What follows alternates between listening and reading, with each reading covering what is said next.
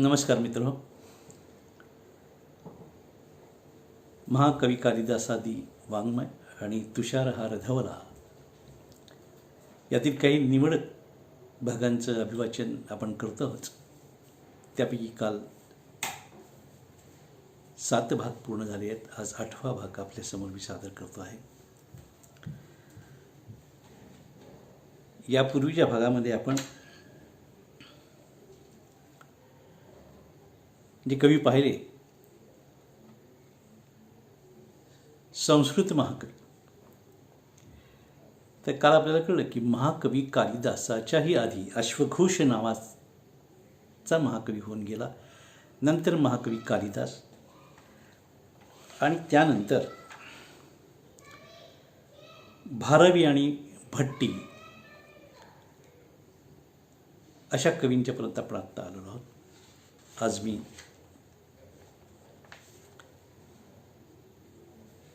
या कवींच्यापैकी सिद्धांत प्रतिपादक आचार्य कवी भट्ट, सिद्धांत प्रतिपादक आचार्य कवी भट्टी आणि राजकवी माघ या 2 कवींच्याबद्दल जे माझं संक्षिप्त विवेचन ह्या पुस्तकात आहे ते मी वाचतो आहे. महाकवी कालिदासानंतर महाकवी भारवीमध्ये कलात्मक प्रतिभा सौष्ठव दिसून येते. पण हा चौथा कवी महाकवी भट्टी मुळातच उत्तम शास्त्रीय व्याकरणकार आहे, अलंकार प्रणित शास्त्री आहे. या महाकवी भट्टीने नवोदित अशा काव्यशास्त्राचा अभ्यास करण्याच्या हेतूने व्याकरण व अलंकार शास्त्राचे सिद्धांत पाठ रचलेले आहे. महाकवी भट्टीच्या काळामध्ये प्राकृत भाषेतील साहित्य संपदा समृद्ध होऊ लागली आहे आणि त्याकाळी संस्कृत साहित्याच्या अथांग विस्तीर्ण महासागरामध्ये प्रवेश करण्यासाठी व्याकरण अभ्यासज्ञानाशिवाय शक्यच नव्हते.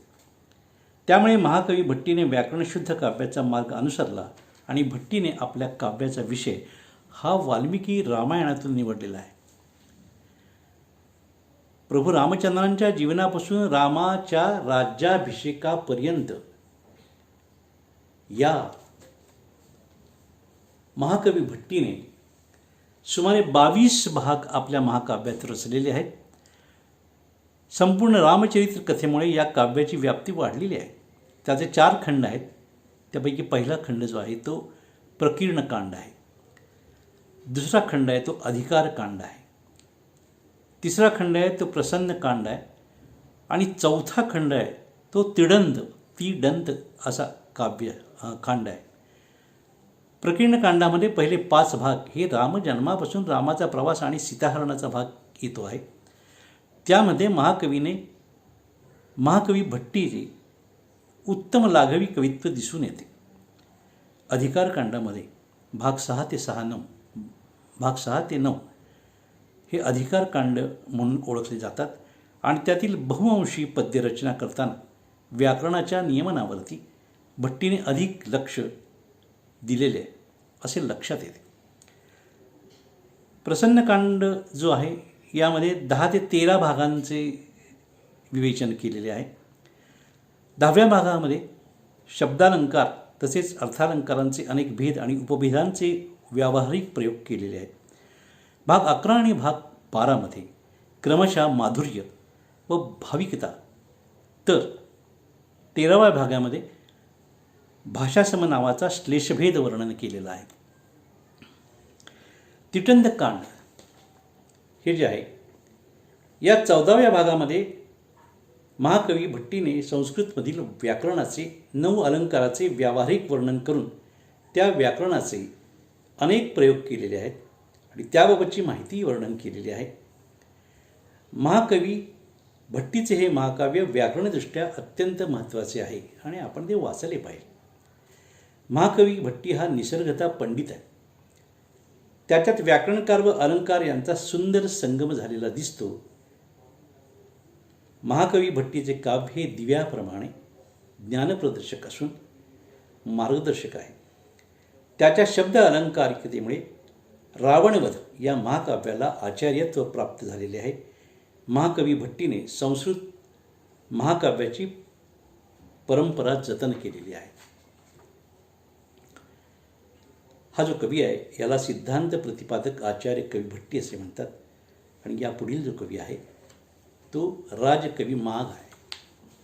समन्वय राजकवी माघ. महाकवी माघ हा या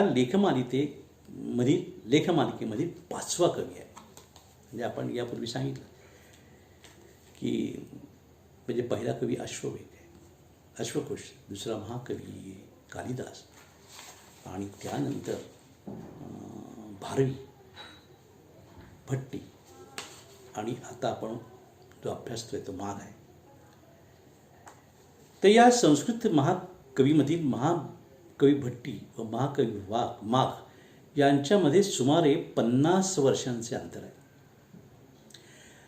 महाकवी माघाचा कालावधी हा हर्षवर्धनोत्तर काल म्हणजे इसवी सन 647 ते 1250 होता. त्यावेळी त्या कालावधीत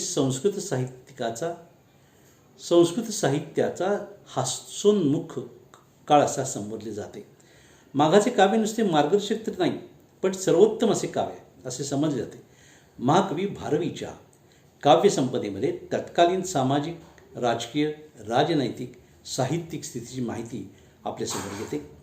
तर महाकवी माघाच्या महाकाव्यामध्ये समाजातील श्रीमंत उच्चभ्रू वैभवी विलासी वर्गाचे तसेच साम्राज्यातील परस्पर कलह, वादविवाद आणि वर्धमान राज्याच्या विनाशानंतरच्या संपूर्ण अत्यंत विदारक अशा वास्तव परिस्थितीचे वर्णन शब्दचित्रित केलेले दिसून येते. महाकवी माघ हा त्या काळातील संस्कृत साहित्यातील प्रतिभावंत कलात्मक अशा कवीमध्ये अग्रेसर होता. महाकवी कालिदासाची प्रसन्न प्रभावी भावतरलता, तर भारवीची कलात्मक प्रवीणता, भट्टीची व्याकरणता, पांडित्य अशा अलौकिक गुणविषयांचा अमोघ संमक महाकवी माघाच्या काव्यरचनेच प्रत्यय असेतो. राजभोजप्रबंधाच्या दंतकथेनुसार महाकवी माघ हा धारा नरेश भोजचा राजकवी असून तो त्या धारा नरेश राजभोजाचा परमस्नेही होता. महाकवी भारवीच्या कीर्तार्जुनी या महाकाव्याप्रमाणे महाकवीने माघाचेही शिशुपालवध हे महाकाव्य आहे की ज्यामध्ये महाकवी माघाचे प्रतिभावंत कलात्मक कलावादी कवित्व अत्यंत सुंदर विलोभनीय असे दर्शन झालेले. हे शिशुपालवध महाकाव्य एकूण 20 भागात रचलेले असून प्रथम भागामध्ये देवर्षी नारदांचे आकाशमार्गातून आगमन झालेले आहे. या आगमनाचे अत्यंत भक्तिभावपूर्ण अलंकारित श्रवणीय असे वर्णन त्याने केलेले आहे. साक्षात भगवान श्रीकृष्णाने नारद मुनीचे अत्यंत नम्रतेने अत्यंत आदराने उभा राहून आपल्या राजदरबारात स्वागत केले आहे.